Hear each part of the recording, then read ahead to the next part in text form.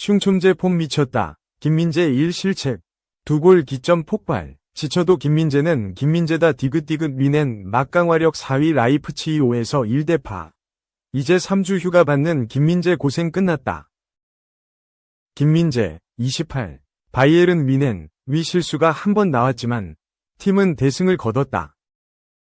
미넨은 21일 한국 시간 오전 4시 30분 독일 미넨 알리안츠 아레나에서 열린 2024에서 2025 시즌 분데스리가 15라운드 홈 경기에서 라이프치히를 5에서 1로 완파했다. 1승 3무 1패, 승점 36가 된 미넨은 리그 단독 1위로 전반기를 마쳤다. 뱅상 콤파니 감독이 이끄는 미넨은 4-2-3-1 포메이션을 가동했다. 해리 케인을 최전방 공격수로 내세웠다.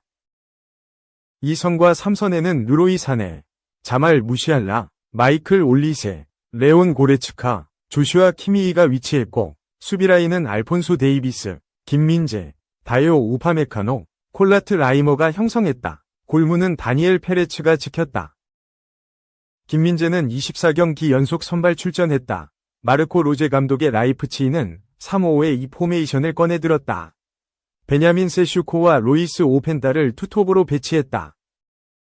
안토니오 누사, 아르투르 베르미렌, 크사버 슐라거, 크리스토프 바움가르트너, 베냐민 헨릭스가 중원을 맡았고 리츠아럴 헤이르트라위다, 빌리 오르반, 니콜라스 자이발트가 3백을 이뤘다. 골키퍼로는 페테르 굴라츠가 나섰다. 킥오프 휘슬이 울린 직후 전반 1분도 안 돼 미넨이 선제골을 뽑아냈다.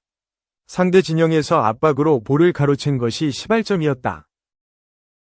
케인의 패스를 받은 올리세가 무시알라에게 공을 내줬고 무시알라가 침착하게 득점으로 마무리해 미넨이 1에서 0으로 앞서 나갔다. 하지만 미넨은 전반 2분 실점했다. 중앙선 근처에서 오펜다가 김민재를 제치고 돌파한 뒤 가운데로 내준 공을 세슈코가 오른발 슈팅으로 연결. 동점골을 터뜨렸다. 순식간에 스코어는 1에서 1. 경기 균형이 맞춰졌다. 미넨은 전반 25분 다시 앞서 나갔다. 올리세가 내준 컷백 패스를 라이머가 왼발로 정확히 마무리했다.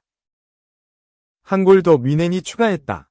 전반 36분 키미히의 환상적인 중거리포가 터졌다.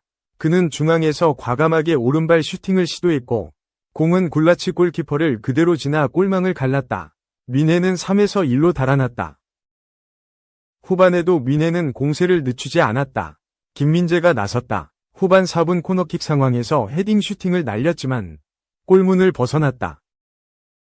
후반 13분엔 빠른 역습 찬스에서 올리세가 회심의 슈팅을 때렸지만 이 역시 골과 연이 닿지 않았다.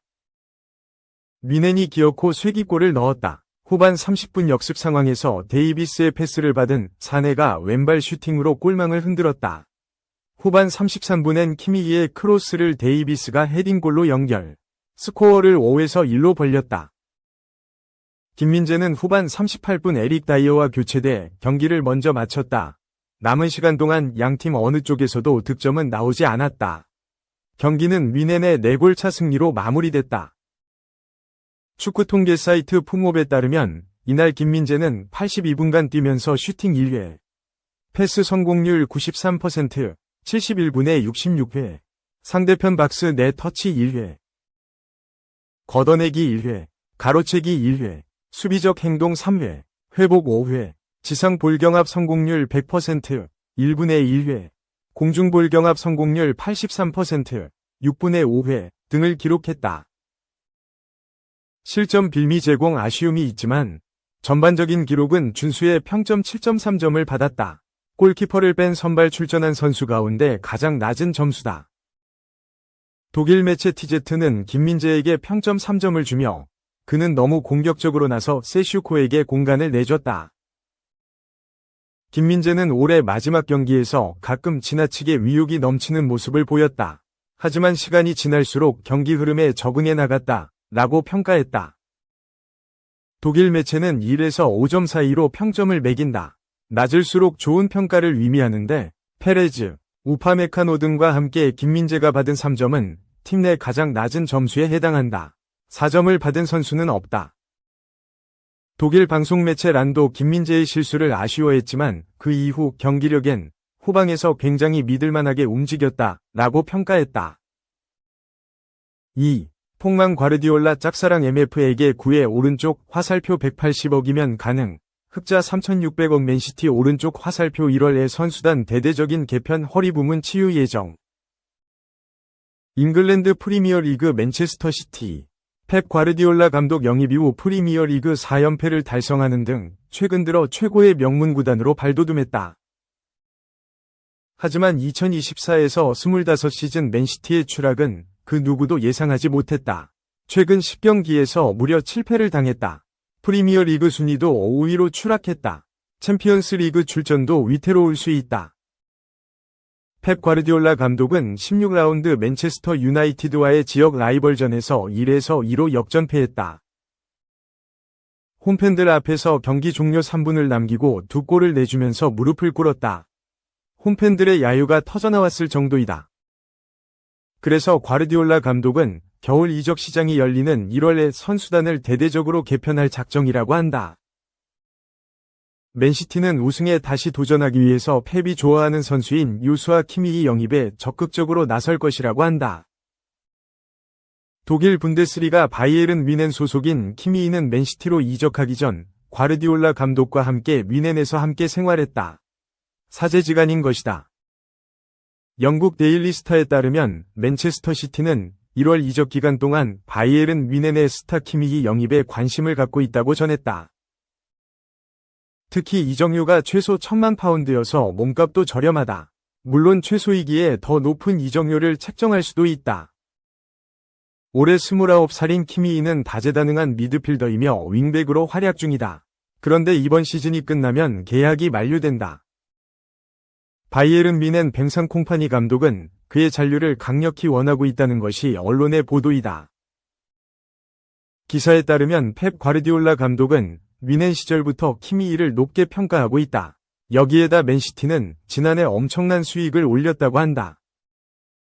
약 2억 파운드인데 이를 선수단 개편에 대대적으로 투입할 작정이라는 것이 맨시티의 계획이다. 1월 이적 시장이 문을 열면 맨시티는 뉴캐슬의 브루노 기마랑이스, 분데스리가 레버쿠젠의 플로리안 비르츠, 스페인 라리가 레알 소시에다다의 마르틴 주비멘디, 그리고 키미히 등을 영입 목록에 올려놓았다. 맨시티가 이번 시즌 부진한 것은 미드필더들의 부상 때문이다. 로드리가 전방 십자인대 부상으로 수술을 받은 것이 가장 큰 타격이었다. 이번 시즌 내 복귀를 위해 노력한다고 하지만 쉽지 않다. 이를 대신하기 위해서 일카이 귄고안을 바르셀로나에서 다시 영입했지만 예전만큼 못하다.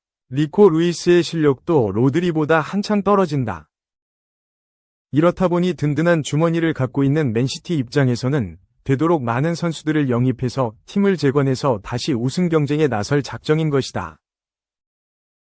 3. 말로 표현 못할 엄청난 충격을 받았습니다. 또 쓰러진 1,000억 스타 위 눈물. 맨체스터 유나이티드 입성 16개월 차. 프리미어리그 선발은 단 9회뿐이다. 또다시 부상으로 쓰러진 메이슨 마운트가 안타까운 심경을 고백했다. 영국 공영방송 BBC는 21일 한국 시간 맨유의 후뱅 아모림 감독은 마운트가 다리 부상으로 인해 향후 몇 주 동안 경기에 나설 수 없을 것이라며 부상 상태를 진단했다고 보도했다.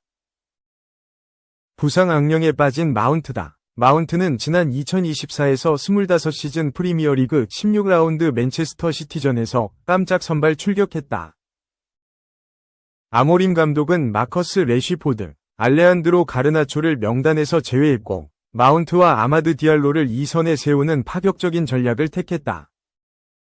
오랜만에 선발 기회를 잡은 마운트는 굳은 다짐을 안고 경기를 시작했다. 그러나 불과 14분 만에 다짐은 무너졌다. 마운트는 전반 14분 경기가 진행되는 상황에서 갑작스레 바닥에 주저앉았다. 마운트는 다리를 부여잡은 채 굳은 표정을 보였고 결국 위류진과의 상의 끝에 경기장을 빠져나왔다. 마운트는 경기장을 나가며 울먹였고 동료와 상대 선수들까지 마운트에게 위로를 건넸다. 자신을 증명해야 할 절호의 기회에서 14분 만에 부상이 발목을 잡은 것이다. 마운트는 지난 시즌 첼시에서 맨유로 깜짝 이적했다.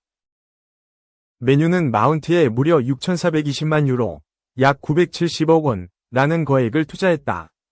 보너스 금액까지 합하면 약 1,000억 원에 이르는 수준이다. 그러나 꾸준한 활약을 보이지 못했다. 이적 직후부터 부상과 씨름했고 그 여파로 경기력 또한 저하됐다. 에릭 텐 하흐 감독이 경질된 이후에도 마찬가지였다. 아모림 감독은 마운트에게 많지는 않지만 꾸준한 기회를 줬다. 마운트는 현재까지 공식전 13경기에 출전하고 있었다. 최근 들어 교체를 통해 능력을 보여주고 있었고 끝내 맨체스터 더비에서 선발 기회를 잡은 것이었다. 그러나 또다시 부상 악령에 빠지며 좌절했다. 현재까지 PL 선발 출전은 단 9회다. 부상으로 인해 좀처럼 갈피를 잡지 못하는 마운트다. 이에 대해 아모림 감독은 내가 할 수 있는 일은 마운트가 회복하는 동안 그에게 우리가 경기를 펼치는 방식을 가르치고 다른 것에 대해 생각할 시간을 주는 것이다 라고 설명했다. 마운트가 끝내 입을 열었다. 마운트는 개인 SNS를 통해 얼마나 큰 충격을 받았는지 말로 표현할 수 없다. 아마 당시 내 표정에서 감정이 보였을 것이다. 맨유 팬들은 아직 나에 대해 잘 모를 수 있다. 그러나 내가 절대 포기하거나 믿음을 잃지 않을 것이란 사실만은 보장할 수 있다. 힘든 시기를 이겨내기 위해 모든 노력을 쏟을 것이며 멈추지 않을 것이다. 라며 심경을 밝혔다.